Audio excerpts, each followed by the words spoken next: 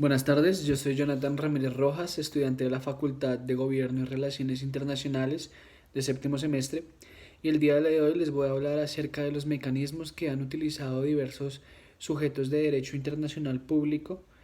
al momento de responder a la crisis sanitaria por COVID-19. En primera instancia, cabe resaltar que para efectos de este video se tendrá en consideración a los organismos internacionales como la Organización de Naciones Unidas y por parte de los sujetos como los estados, la labor que ha realizado el Estado colombiano para responder a la crisis. En primer lugar, cabe resaltar que estos mecanismos de cooperación y de búsqueda de soluciones por parte de los sujetos de derecho se dan en el marco del derecho internacional público, el cual, según Marco Gerardo Monroy Cabra, se concibe como, abro comillas, las relaciones entre estados y entre estos y los demás sujetos de derecho internacional, así como la organización y funcionamiento de la comunidad internacional, cierro comillas, los cuales, establecen estos mecanismos en pro de la consecución de un objetivo común. Acorde a esto y con el objetivo de analizar la forma en que estos sujetos de derecho actúan para dar respuesta a la pandemia, se hace necesario tener en cuenta que acorde al artículo 38 del Estatuto de la Corte Permanente Internacional de Justicia y posteriormente ratificado por la Corte Internacional de Justicia,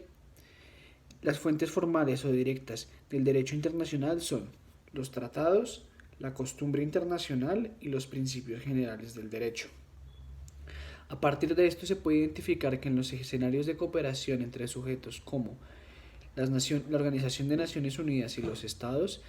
pues se da en el marco de la Carta de las Naciones Unidas, que establece que los estados signatarios se comprometen, acorde al artículo primero, abro comillas, a realizar la cooperación internacional en la solución de problemas internacionales de carácter económico, social, cultural o humanitario, cierro comillas. Es a raíz de esto que se entiende la forma en la que los estados actúan hoy en conjunto con los fondos, programas, agencias u organizaciones especializadas adscritas a las Naciones Unidas. En este orden de ideas, la Carta de las Naciones Unidas se constituye como la fuente de competencias en la medida en que es una norma jurídica de naturaleza internacional, vinculante y obligatoria para los estados que la suscriben, por lo que faculta llevar a cabo acciones conjuntas con los miembros de la organización, en este orden de ideas para poder mitigar el impacto de la pandemia. En términos de salud pública, la Organización de Naciones Unidas está implementando métodos de vía rápida para que los estados puedan afrontar la pandemia y se hará mención de dos casos en específico. En Argentina, la ONU está ayudando a adquirir 8 hospitales modulares de emergencia totalmente equipados que proporcionarán 560 camas adicionales de terapia hospitalaria. Un tercio del área se dedicará a unidades de cuidados intensivos. Este tipo de acciones de carácter bilateral entre organizaciones y estados, se conciben con el objetivo de que se puedan complementar las capacidades del Estado, se puede hacer una inyección económica de presupuesto o técnica, como es este caso, con el objetivo de que se pueda dar una mitigación efectiva de la pandemia. Otro caso es, por ejemplo, en Guatemala,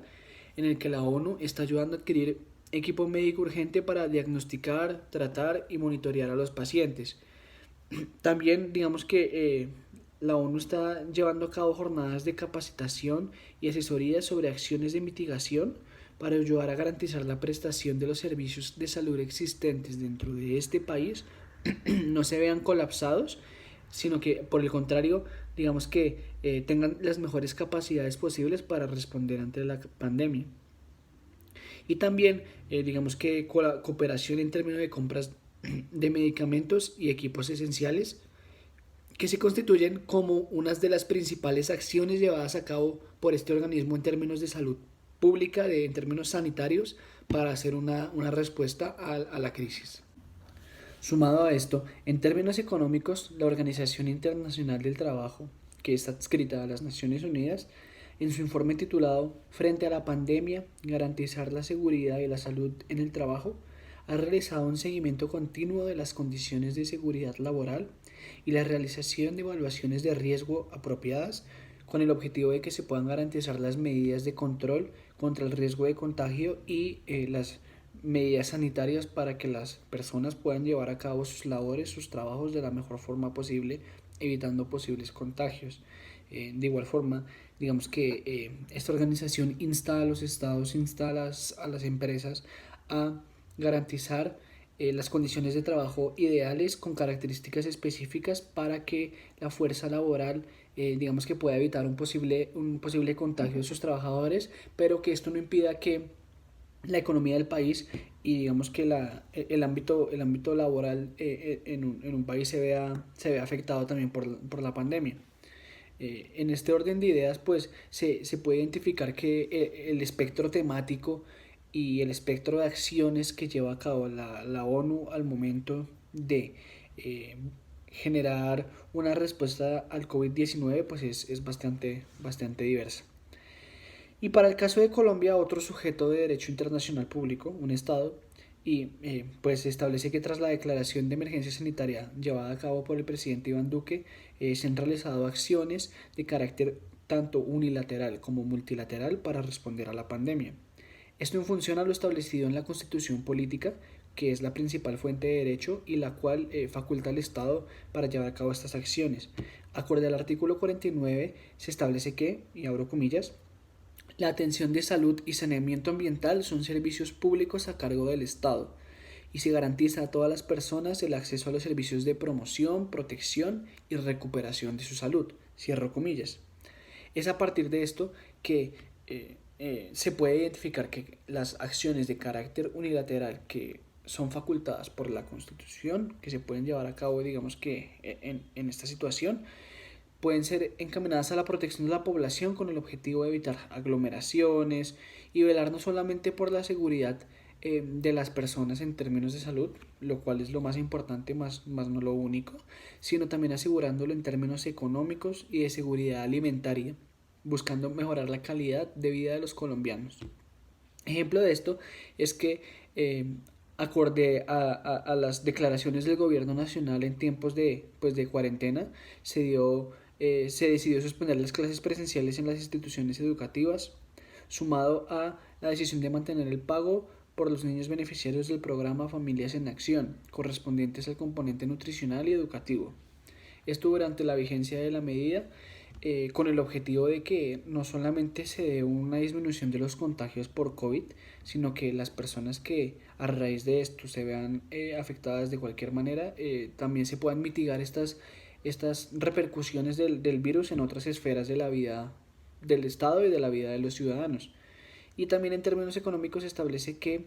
se da la inversión de recursos para mitigar los efectos de la pandemia en el territorio con aproximadamente 14.8 billones de pesos. Finalmente, con respecto a los mecanismos de cooperación multilateral que ha establecido Colombia junto con demás miembros en el ámbito, por ejemplo, del Prosur, se ha trabajado en pro de impulsar el trabajo coordinado en materia de cierre de fronteras, transporte aéreo, compras públicas, esto con el objetivo de poder facilitar la adquisición de equipos y materiales médicos y sanitarios para atender la pandemia. Finalmente, digamos que a partir de esto se puede identificar que los diversos sujetos de derecho internacional, así sean de forma individual o de manera conjunta, han emprendido acciones pertinentes en materia política, económica, social, para atender la pandemia y digamos que teniendo en cuenta las fuentes de derecho que los facultan poder garantizar el cumplimiento y el respeto de los derechos de todos los ciudadanos. Muchas gracias.